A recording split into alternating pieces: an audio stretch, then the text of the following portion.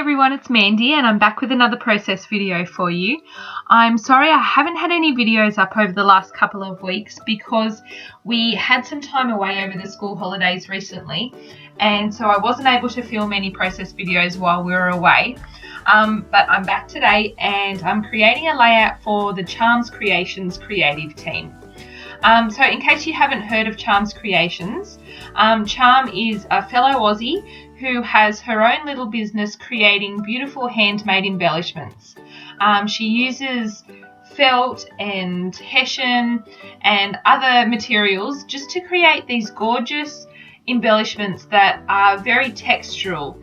And so I've been on her creative team for probably a little over a year now, and I love using her embellishments, and you've probably spotted them on my layouts because I use them quite often.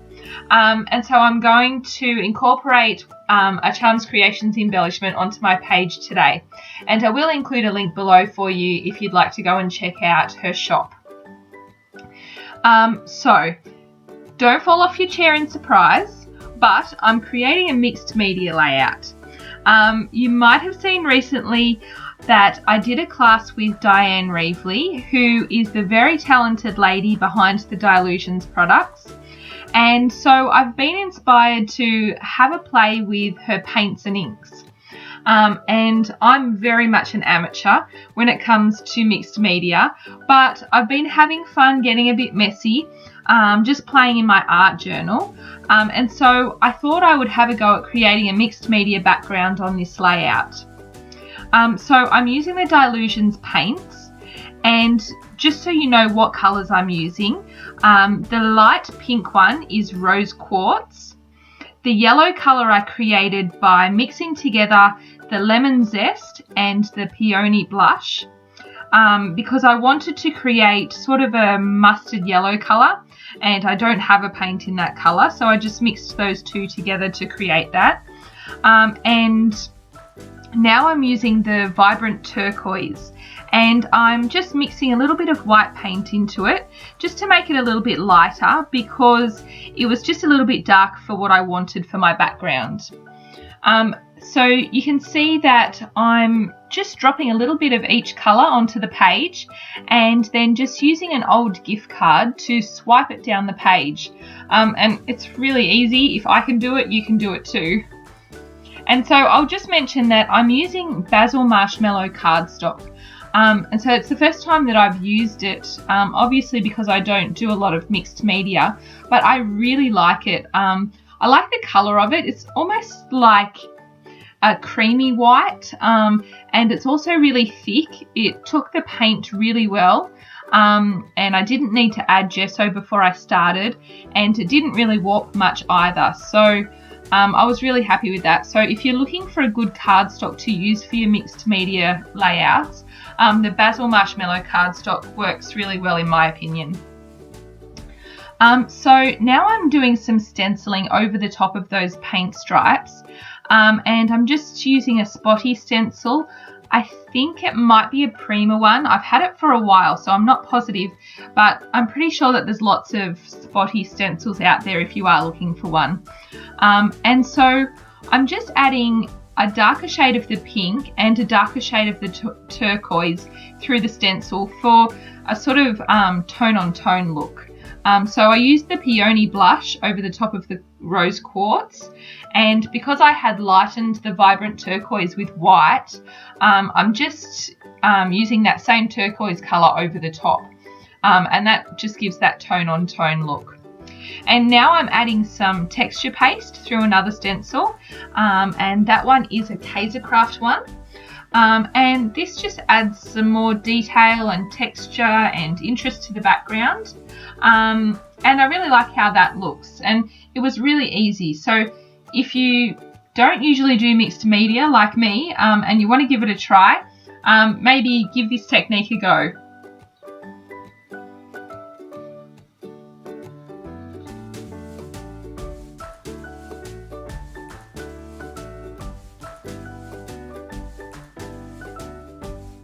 And so now I've pulled out my Charms Creations embellishments, and I just picked out some that I thought would coordinate with this page. And so I've decided at this point that I want to keep everything tone on tone. So where I'm adding embellishments, I'm going to add the pink ones where there's pink on the background and the turquoise ones where there's turquoise, and so on. And so now I've pulled out some embellishments from the Maggie Holmes Carousel collection because I thought the colours in that collection would work perfectly with the colours that I used on my background. And I'll just mention that the photo that I'm scrapbooking is of my youngest daughter Eleanor, and she has recently given up her dummies, as we call them in Australia. I think in the US you call them pacifiers. And so this has taken a little bit of work to get to this point where she was happy to say goodbye to them. She's turning 3 very soon, and so we've been talking to her about when she turns 3 that she'll have to give up her dummies. But she hasn't been very keen. But then about a month before her birthday, she randomly decided that she was ready.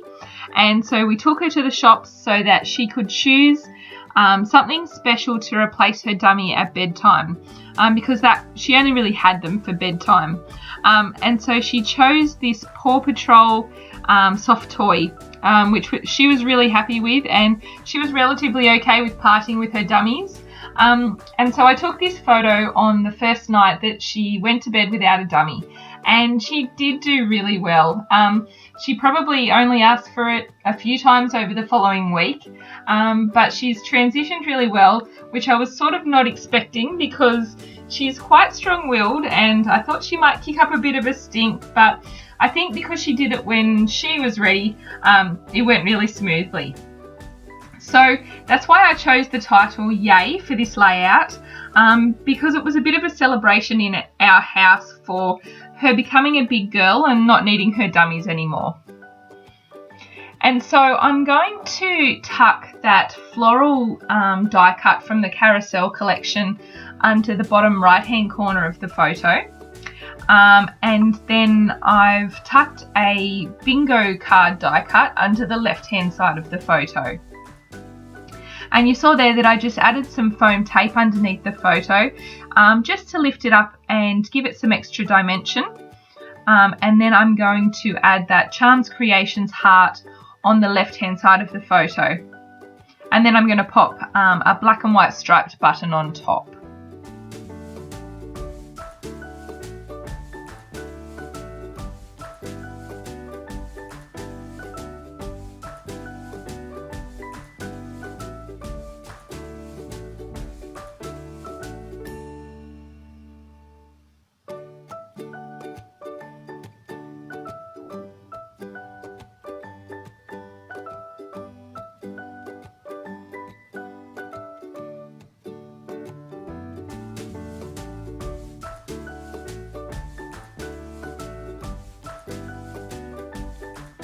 So now I'm having a look at the puffy stickers from the Carousel collection, and I'm looking for some turquoise coloured embellishments to add on the right hand side of the page there.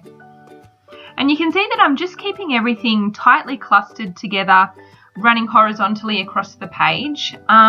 So I've got the vertical lines running down the page on the background, and then the photo and the embellishments will all run horizontally across the page. And nothing is really lined up or straight. I kind of wanted it to look like everything was kind of just thrown on the page, but obviously it wasn't. And so I added some foam tape underneath that turquoise puffy sticker because I love lots of dimension on my pages, as you know. And I love things stuck down at different heights because I think it just adds more interest to the page. And then I found a little pink bow on the puffy sticker sheet, which I added underneath my photo. And then I'm adding another bow, a black and white striped one, on the right hand side, which matches the button that I added on top of the Charms Creations heart. So that just brings that black and white stripe pattern across to the right hand side of the page as well. And then I'm just adding some little gold star sequins to the page. And they were also from the Carousel collection, and they came in the ephemera pack, as did the black and white striped buttons. And so that was something a bit different to get in an ephemera pack, which was nice. And so I scattered a few of those around the page. And then I've typed up my journaling on my new typewriter. Well, it's not new, but it's new to me. I mentioned recently that I would love an old typewriter to use for adding journaling to my layouts, because I usually use my computer to type it up and I print it out.